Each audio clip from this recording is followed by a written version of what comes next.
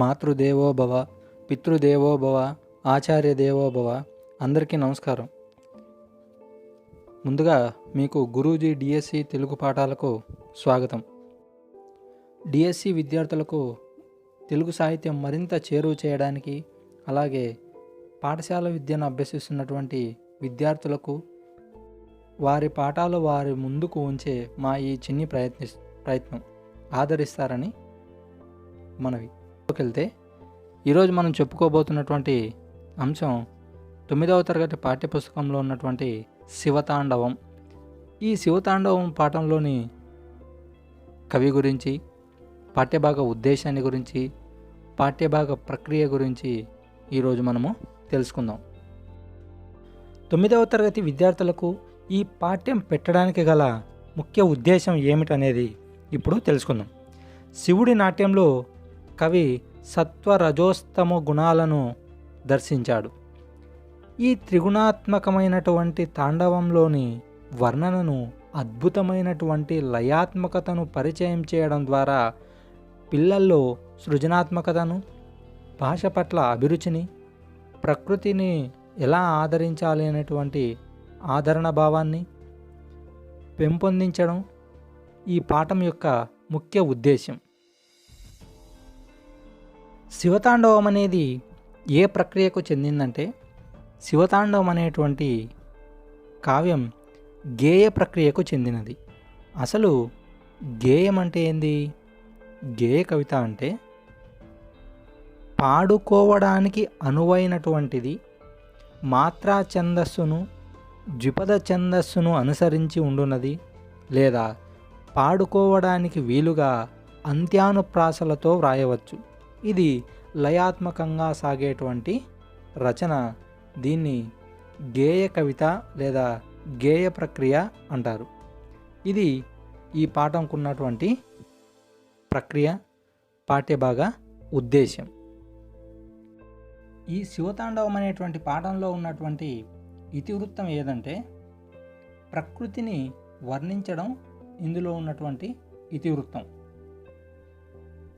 ఇక పుట్టపర్తి నారాయణాచార్యుల జీవిత విశేషాలు, అతని రచనల గురించి సంక్షిప్తంగా తెలియజేసుకుందాం. ఈ పాఠాన్ని రచించినటువంటి కవి పుట్టపర్తి నారాయణాచార్యులు. ఈయన మార్చ్ 28, 1914 సంవత్సరంలో అనంతపురం జిల్లాలోని అనంతపురం మండలంలో చియ్యేడు అనేటువంటి గ్రామంలో జన్మించాడు. ఇతర పేర్లు, ఈయనకి పుట్టపర్తి నారాయణాచార్యులు అని పేరు. పుట్టపర్తి నారాయణాచార్యులు గారు ఏ విధంగా ప్రసిద్ధి చెందారంటే, తెలుగు కవిగా. ఈయన ఆచరించినటువంటి మతం హిందూ మతం. ఇతనికి 6 పిల్లలు, 5 కుమార్తెలు, 1 కుమారుడు. తండ్రి శ్రీనివాసాచార్యులు, తల్లి లక్ష్మీదేవి. ఈయన సెప్టెంబర్ 1, 1990 సంవత్సరంలో మరణించాడు. ఈయన పూర్వీకులు శ్రీకృష్ణదేవరాయల ఆస్థానంలో రాజగురుగా తాతాచార్యుల వంశం వీరిది. తర్వాతి కాలంలో చిత్రావతి పరిసర ప్రాంతమైనటువంటి పుట్టపర్తిలో వీరు నివాసం ఏర్పాటు చేసుకున్నారు. ఇతనుకు ఒక పురస్కారం ఉంది. తెలుగు సాహిత్యంలో ఇతనికి తప్ప మరే కవికి కూడా లేనటువంటి అత్యున్నత పురస్కారం ఉంది. ఆ పురస్కారం ఏందనేది రచనల తర్వాత చెప్పుకుంటేనే సబబుగా ఉంటుందని ఇప్పుడు చెప్పడం లేదు. ఇక అతని రచనల విషయానికి వస్తే, రచనలు అందులో కొన్ని పద్యకావ్యాలు రాశాడు.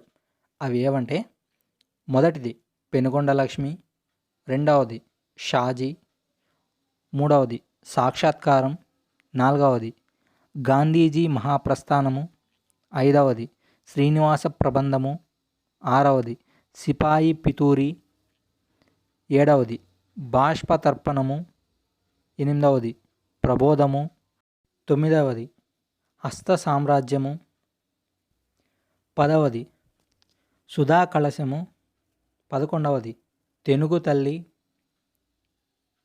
చివరిది వేదనా శతకం. ఇవి ఇతను రచించినటువంటి పద్య కావ్యాలు. ఇక గేయ కావ్యాలను గురించి ఇప్పుడు గేయ కావ్యాల్లో మొదటిది అగ్నివీణ, రెండవది మనం చెప్పుకోబోతున్నటువంటి పాఠం శివతాండవం, పురోగమనము, మేఘదూతము, జనప్రియ రామాయణము. ఇవి గేయ కావ్యాలు. ద్విపద కావ్యము ఒకటి రాశాడు, అది పండరీ భాగవతం. పుట్టపర్తి నారాయణాచార్యుల వారు రచించినటువంటి కొన్ని వచన కావ్యాలను చూద్దాం.